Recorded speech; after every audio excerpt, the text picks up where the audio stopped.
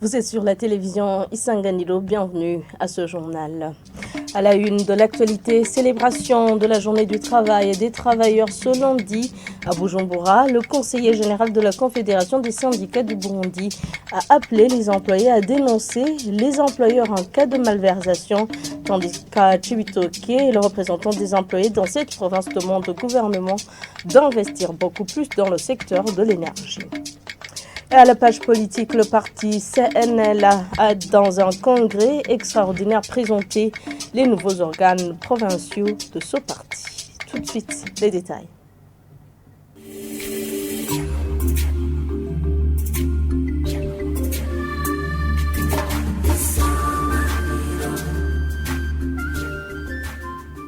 Encore une fois, bienvenue.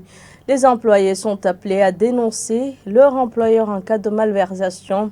Tarsis Gahungu, conseiller général de la Confédération des syndicats du Burundi, a lancé cet appel ce lundi lors de la célébration de la fête du travail et des travailleurs à Bujumbura. Il interpelle les employeurs et les travailleurs à trouver un terrain d'entente pour avoir des solutions à n'importe quelle question qui peut surgir plutôt dans un milieu du travail. Suivez-le. Nous avons des occasions de discuter avec nos employeurs et d'ailleurs nous les avons demandé à ce qu'on n'attende pas la fête du 1er mai pour discuter des problèmes qui minent le monde du travail.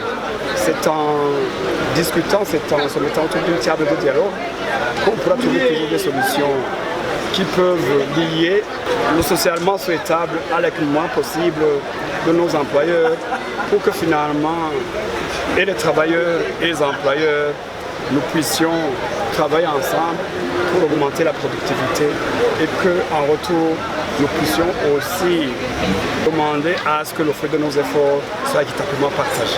Nous avons demandé à ce que chacun fasse un effort, à commencer par les employeurs, à commencer aussi par les travailleurs, pour qu'on augmente la productivité, mais aussi et surtout à ce que, là où c'est possible, pour que les employeurs puissent voir autant que faire se peut pour relever le bien-être des travailleurs. Donc, c'est-à-dire revoir où c'est possible, les salaires, etc. Mais sinon, je crois que l'essentiel, il faut qu'ils se mettent autour d'une table de discussion. D'abord pour voir le bien-être de l'entreprise, mais aussi pour que le fruit issu du travail puisse toujours être partagé équitablement. La célébration de la fête du travail et des travailleurs a eu lieu aussi à la province Cibitoke. Le représentant des employeurs dans cette province demande au gouvernement d'investir beaucoup plus dans le secteur de l'énergie afin de développer le pays. Suivez-le.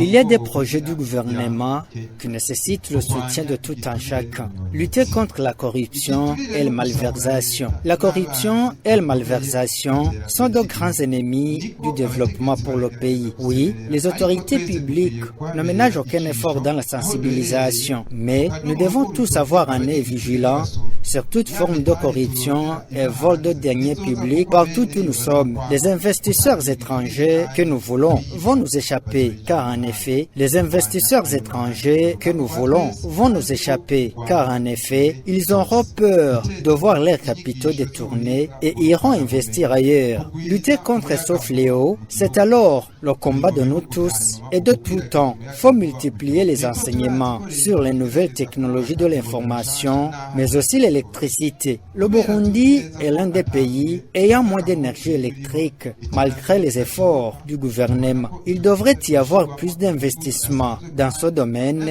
tout en associant aussi les privés. À rappeler que le pilier de tous ces programmes reste la paix et la sécurité dans nos pays. Je vous le disais en titre, le parti CNL a tenu ce dimanche un congrès extraordinaire. qui avait pour but d'évaluer comment ce parti peut travailler et de présenter les nouveaux organes de ce parti au niveau provincial. Se basant sur le regroupement administratif, Agathon Rwasa a demandé aux membres de son parti de travailler avec force pour récupérer le temps perdu et aux nouveaux organes du parti de travailler pour l'intérêt de tous. Le point avec Jean-Marie Mayonga. Ce congrès extraordinaire du parti Sénel tenu ce dimanche a vu la participation des membres du parti venus de différentes provinces du pays, les présidents des partis politiques et les organisations de la société civile, les membres du gouvernement et quelques ambassadeurs comme celui du Chine-Burundi. Selon le président du parti Sénel, Agathon Rwasa, le but de ce congrès extraordinaire avait pour objectif de présenter les nouveaux membres du bureau politique de ce parti, en même temps présenter ceux qui seront les représentants de ce parti dans les 5 provinces du pays seront le regroupement administratif. Le président du parti, Agathon Rwasa, a demandé aux membres du parti de travailler avec toute force pour gagner le temps perdu. Il a signalé que bientôt, ils vont organiser des descentes pour connaître l'état d'avancement des activités de son parti. Agathon Rwasa a dit que dans ces jours, il y a certains membres du parti qui travaillent pour désorienter les autres. Un comportement à éviter car selon lui, il veut que tous travaillent pour renforcer le parti. Agathon Rwasa a interpellé tous les membres de son parti de rester solidaires et aux nouveaux représentants du parti au niveau des provinces, il leur a demandé de travailler pour l'intérêt de tous en mettant en avant l'amour et la tolérance. Les coupures d'électricité observées en mairie de Bujumbura sont dues à la vétusté des réseaux électriques. L'explication est du directeur général de la Régie des eaux, Jean-Albert Manigomba, lors de la signature d'un contrat ce mercredi avec 2 sociétés qui vont électrifier plus de 30 localités. Il a indiqué que la Régie des eaux va réhabiliter surtout les lignes souterraines. Suivez-le.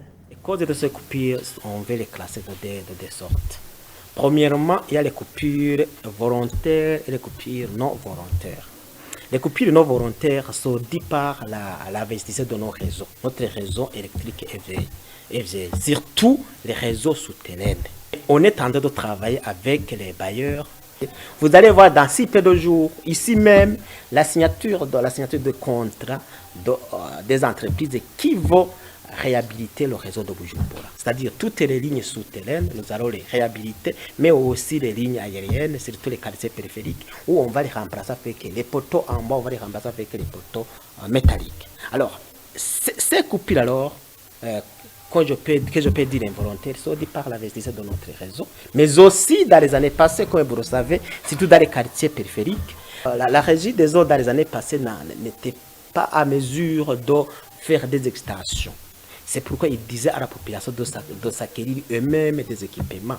Alors, la population a acheté des équipements de mauvaise qualité. Ces équipements de mauvaise qualité nous posent beaucoup de problèmes. Les lignes se cassent jour et nuit. On voit des réseaux qui s'oublient, mais quand même on est en train de le remplacer. Mais s'il y a un câble électrique qui s'oublie, on le remplace. Mais la rentabilité, c'est là réalisée quand nous allons faire la réhabilitation du réseau dans 6 peu de jours. Et la population, quand même, c'est là satisfaite.